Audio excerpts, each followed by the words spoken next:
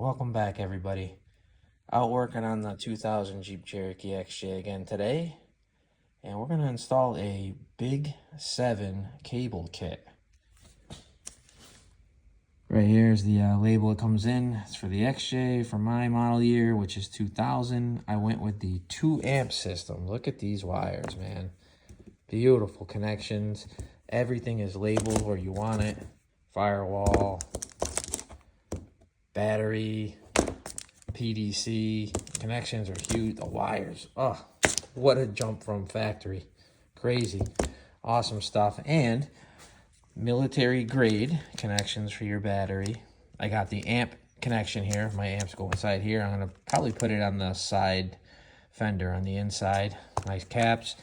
And look at this. They even hooked us up with some cool stickers, dude. Look at that. Little holiday spirit in there. Can't go wrong with that. And another sticker here. So this is what we're doing today. I am going to show you in a few moments exactly where in the XJ, and I'll be right back.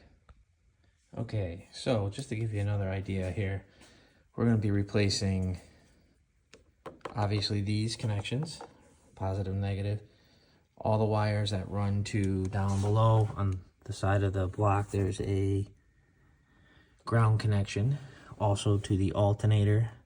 There's a connection, and then to down below there is your starter, another connection. Then there's one here to your PDC connection there, and then that braided firewall ground that also gets replaced. So that's what I'm going to be working on, and I'll jump in here and there to show you where we're at. Just a quick check in here.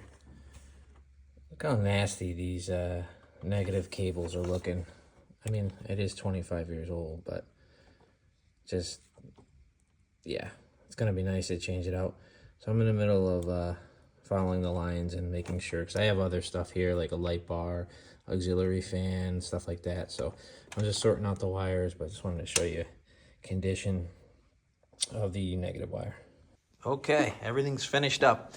I ended up mounting the fuse. I went with the 2-gauge 200 amp. Yes, I have some extra stuff that I run, like a light bar and auxiliary fan switch, a couple other things. But I mounted it here to the fuse box cover, which worked out great. I just used zip ties, so when I take the cover off, it'll just move the wires over and then goes back on. It's perfect.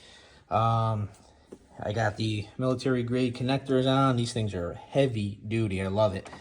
The ground wire to the panel here, I cleaned everything with some sandpaper to make sure the contact was still good. The other negative turn goes down to the block. Kind of hard to see down there, but you can see the line going. Connected it down to the block. Actually, you could probably see it right there. Perfect. And then I got your positive line. I got all the way down to the starter. And I used some plastic sheathing down below just to cover the positive line down there. It's a little grimy. Let's see. And you got your PDC to your positive here.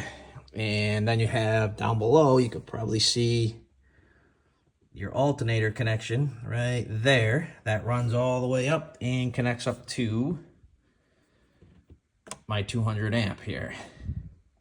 So everything's in, it's looking good. I zip tied a lot of stuff because so much wires get involved there. Oh, and also the ground to the firewall, I sanded everything and used some cleaner on there just to make sure it was all good.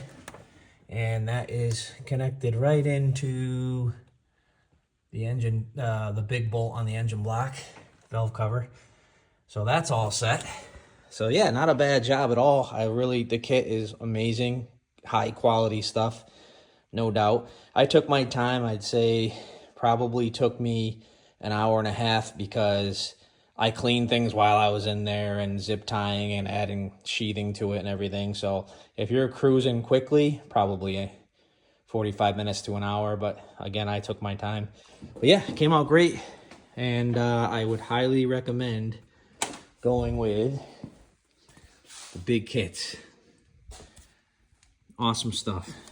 And man, who doesn't love that? Thanks for watching.